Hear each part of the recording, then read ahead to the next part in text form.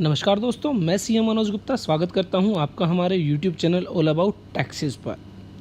आज की हमारी इस वीडियो में हम बात करेंगे मेडिकल इंश्योरेंस की। आओ टैक्स बचाओ सीरीज़ में हम बात करते हैं उन पेमेंट्स की, उन इन्वेस्टमेंट की जो आपके लिए टैक्स सेव करती है, आपका पैसा बचाती है। तो आज की हमारी इस वीडियो में हम बात करेंगे मेडिकल इंश्योरेंस की। किस तरह मेडिकल इंश्योरेंस आपकी हेल्थ को सिक्योर करता है, साथ ही साथ आपकी टैक्स प्लानिंग में भी हेल्प करता है और आपका जो टैक्स है उसको सेव करता है।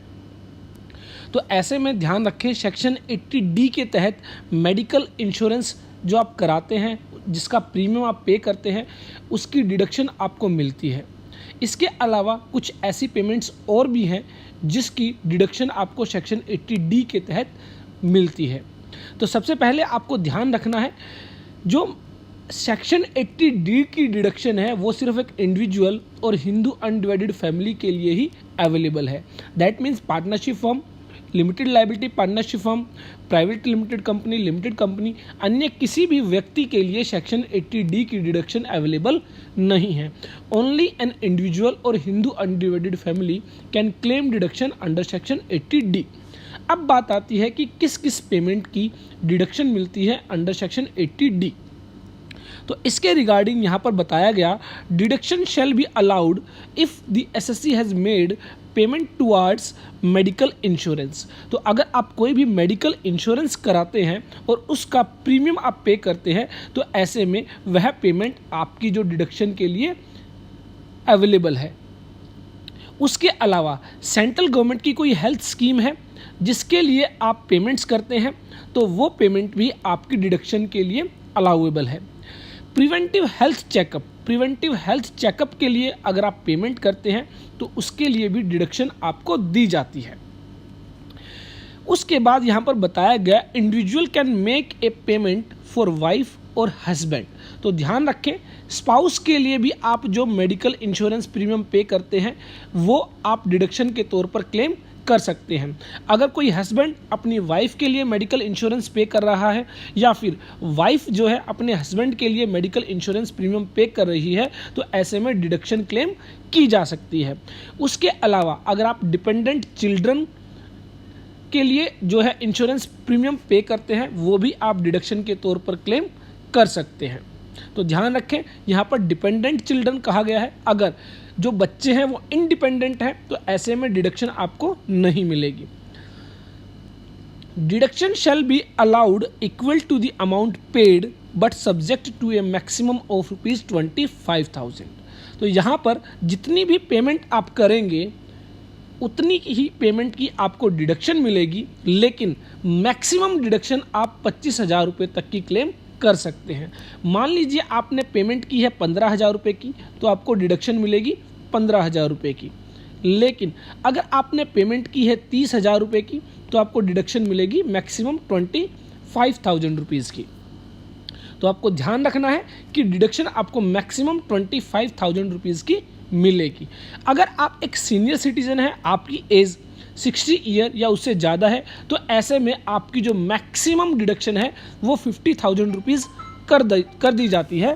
तो अगर आप एक सीनियर सिटीजन हैं तो ऐसे में आपको यह डिडक्शन मैक्सिमम 50,000 रुपीज़ तक की दी जाती है।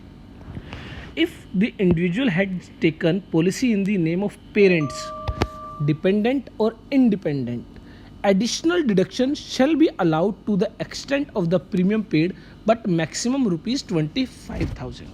इसका मतलब यह है कि मान लीजिए आप अपने लिए और अपनी वाइफ के लिए और अपने बच्चों के लिए मेडिकल इंश्योरेंस प्रीमियम पे करते हैं तो आपको मैक्सिमम डिडक्शन मिलती है 25,000 रुपीज़ की। लेकिन अगर आप अपने पेरेंट्स के लिए भी मेडिकल इंश्योरेंस प्रीमियम पे करते हैं तो ऐसे में आपको एक्स्ट्रा 25,000 रुपीज़ तक की डिडक्शन आप क्लेम कर सकते हैं। मान लीजिए यहाँ पर मिस्टर एक्स हैं, इन्होंने अपने लिए जो है इंश्योरेंस प्रीमियम पे किया 35,000 रुपीज़ का, और इन्होंने अपने पेरेंट्स के लिए इंश्योरेंस प्रीमियम पे किया मान लीजिए 20,000 रुपीज़ का। तो ऐसे में आपको ध्यान रखना है कि मैक्सिमम डिडक्शन जो उन्होंने अपने लिए पे की है उसमें उनको मिलेगी 25,000, और पेरेंट्स के लिए उन्होंने 20,000 रुपीज़ पे किए हैं, तो ऐसे में यहाँ पर डिडक्शन मिलेगी 20,000 रुपीज़ की। तो टोटल डिडक्शन यहाँ पर 45,000 रुपीज़ की क्लेम की जा सकती है। तो ध्यान रखें, अपने लिए, अपने बच्चों के लिए, अपनी वाइफ के लिए, अपने हस्बैंड के लिए जो प्रीमियम पे किया जाएगा उस पर मैक्सिमम डिडक्शन मिलेगी 25,000 रुपीज़ की। और इसी तरह अगर आप पेरेंट्स के लिए पे करते हैं तो उस पर भी मैक्सिमम डिडक्शन आप 25,000 रुपीज़ की एक्स्ट्रा क्लेम कर सकते हैं। However, if the policy has been taken in the name of senior citizen, deduction shall be allowed to the extent of rupees 50,000। यहाँ पर एक एक्स्ट्रा बेनिफिट और दे दिया गया कि अगर आपके जो पेरेंट्स हैं उनकी एज 60 ईयर्स या उससे ज़्यादा है तो ऐसे में उनको मैक्सिमम डिडक्शन जो है 50,000 रुपीज़ तक की दी जाएगी।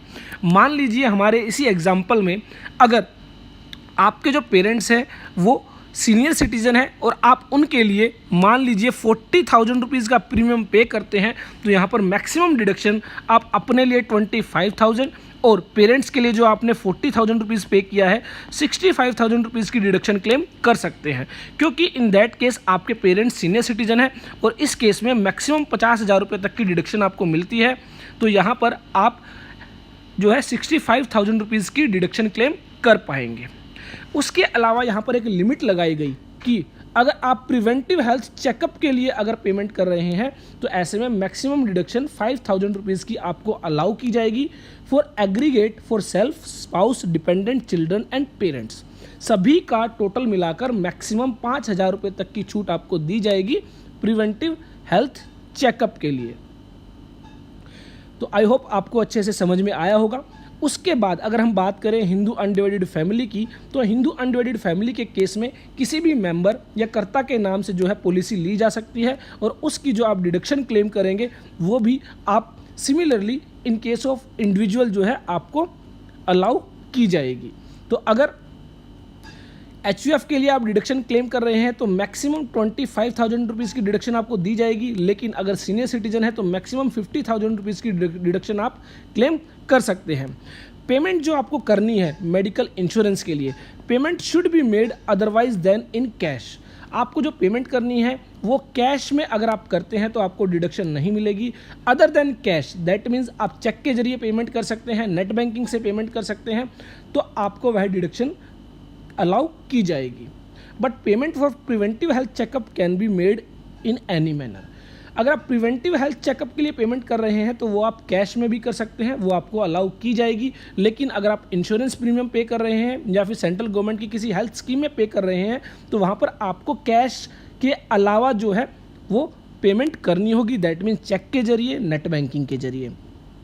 In case of senior citizen, in general mediclaim policy is not issued, hence expenditure can be claimed on their medical treatment and deduction for such expenditure shall be allowed, but limit shall be the same as given above।